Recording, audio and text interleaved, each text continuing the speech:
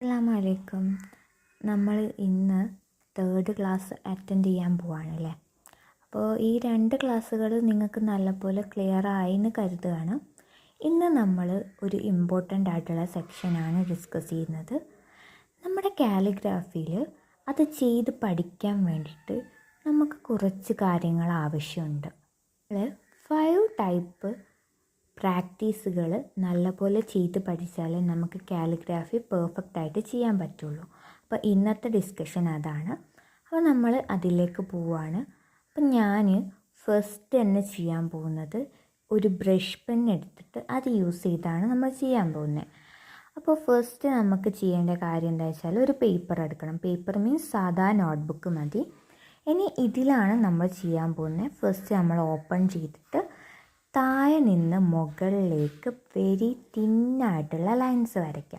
Maximum തിന്നായിട്ട് വരയ്ക്കുക. അതായത് brush pen നല്ലപോലെ കുത്തനെ പിടിച്ചിട്ട് ചെയ്യുക. ഇപ്പം ഞാൻ ചെയ്യുന്നത് കാണുന്നില്ലേ, അതുപോലെ തിന്നായിട്ട് ചെയ്യുക. താഴെ നിന്ന് മുകളിലോട്ട് വെരി തിന്നായിട്ട് ചെയ്യുക. അങ്ങനെ ചെയ്ത് പഠിക്കുന്നത് നല്ലൊരു ഇമ്പോർട്ടൻ്റ് ആയിട്ടുള്ള വർക്കാണ്.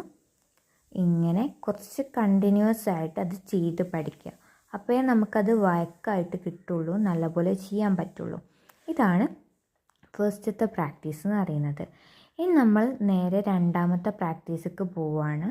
ഈ പ്രാക്ടീസസ് എല്ലാം ഇമ്പോർട്ടൻ്റ് ആണ് കേട്ടോ. രണ്ടാമത്തേത് എന്ന് പറയുന്നത് മുകളിൽ നിന്ന് താഴോട്ട് തിക്കായിട്ട് വരയ്ക്കുക എന്നുള്ളതാണ്. അതായത് ഫസ്റ്റത്തേൻ്റെ നേരെ ഓപ്പോസിറ്റ്. മുകളിൽ നിന്ന് താഴോട്ട് തിക്കായിട്ട് വരയ്ക്കുക. ഇത് വെരി സിമ്പിളാണ്, നല്ല സിമ്പിൾ മെത്തേഡാണ്. ഇനി നമ്മൾ മൂന്നാമത്തെ മെത്തേഡിലേക്ക് പോവാണ്. ഇതൊക്കെ നല്ല ഇമ്പോർട്ടൻ്റ് ആയിട്ടുള്ള കാര്യമാണ് കേട്ടോ. താഴെ നിന്ന് മുകളിലോട്ട് തിന്നായിട്ട് വരയ്ക്കുക. അതൊരു റൗണ്ട് ഷേപ്പിൽ വേണം വരയ്ക്കാൻ, ഈ ഒരു ചെരിഞ്ഞിട്ടൊരു റൗണ്ട് ഷേപ്പിൽ.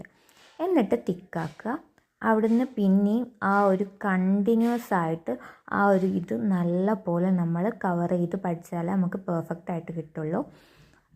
അതായത് നമ്മളൊരു റൗണ്ട് ഷേപ്പിൽ വേണം മുകൾ ഭാഗത്ത് വരാൻ.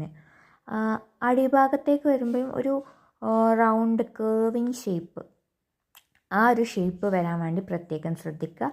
ഇത് നല്ല പോലെ കണ്ടിന്യൂസ് ആയിട്ട് ചെയ്ത് പഠിക്കുക. ഇതാണ് തേർഡ് പ്രാക്ടീസ്. ഇനി നമ്മൾ ഫോർത്ത് പ്രാക്ടീസിലേക്ക് പോവുകയാണ്. നമ്മളിത് നോർമലായിട്ട് നമ്മൾ മലയാള അക്ഷരം താഴെ എഴുതില്ലേ, ആ താഴെ എഴുതുന്നത് പോലെ കണ്ടിന്യൂസ് ആയിട്ട് ചെയ്യുക. ഇത് സിമ്പിളാണ്. ഇതാണ് നമ്മുടെ നാലാമത്തെ പ്രാക്ടീസ് എന്ന് പറയുന്നത്. ഫസ്റ്റ് 2 എണ്ണത്തിൻ്റെ കൊളാബറേഷനാണ് ഫിഫ്ത്ത് പ്രാക്ടീസ് എന്ന് പറയുന്നത്. അതായത് അടിയിൽ നിന്ന് മുകളിലോട്ട് തിന്നായിട്ട് വരയ്ക്കുക, മുകളിൽ നിന്ന് താഴോട്ട് തിക്കായിട്ട് വരയ്ക്കുക. അങ്ങനെ കണ്ടിന്യൂസ് ആയിട്ട് ചെയ്യുക. ഇതിൻ്റെ ഷേപ്പും തേർഡ് വണ്ണിൻ്റെ ഷേപ്പും കണ്ടില്ലേ, ഇതിൻ്റെ ഷേപ്പ് ഈ ഒരു ഷേപ്പാണ് വരിക. തേർഡ് വണ്ണിൻ്റെ ഇങ്ങനെ കേവി ഷേപ്പ് ഉണ്ടാവും, വേവി ഷേപ്പ് പറയും. അപ്പോൾ ഇത് നമ്മൾ കണ്ടിന്യൂസ് ആയിട്ട് ചെയ്യാം. ഇതാണ് നമ്മുടെ ഫിഫ്ത്ത് പ്രാക്ടീസ് എന്ന് പറയുന്നത്. അപ്പോൾ ഈ 5 പ്രാക്ടീസസും നല്ല പോലെ പഠിച്ചാൽ മാത്രമേ നമുക്ക് പെർഫെക്റ്റായിട്ട് കാലിഗ്രാഫി എഴുതാൻ പറ്റുള്ളൂ. ഓക്കെ, എനിക്ക് തേർഡ് ക്ലാസ്സും നല്ലപോലെ മനസ്സിലായി എന്ന് കരുതുകയാണ്. അപ്പോൾ താങ്ക് യു. അസ്സലാമു അലൈക്കും.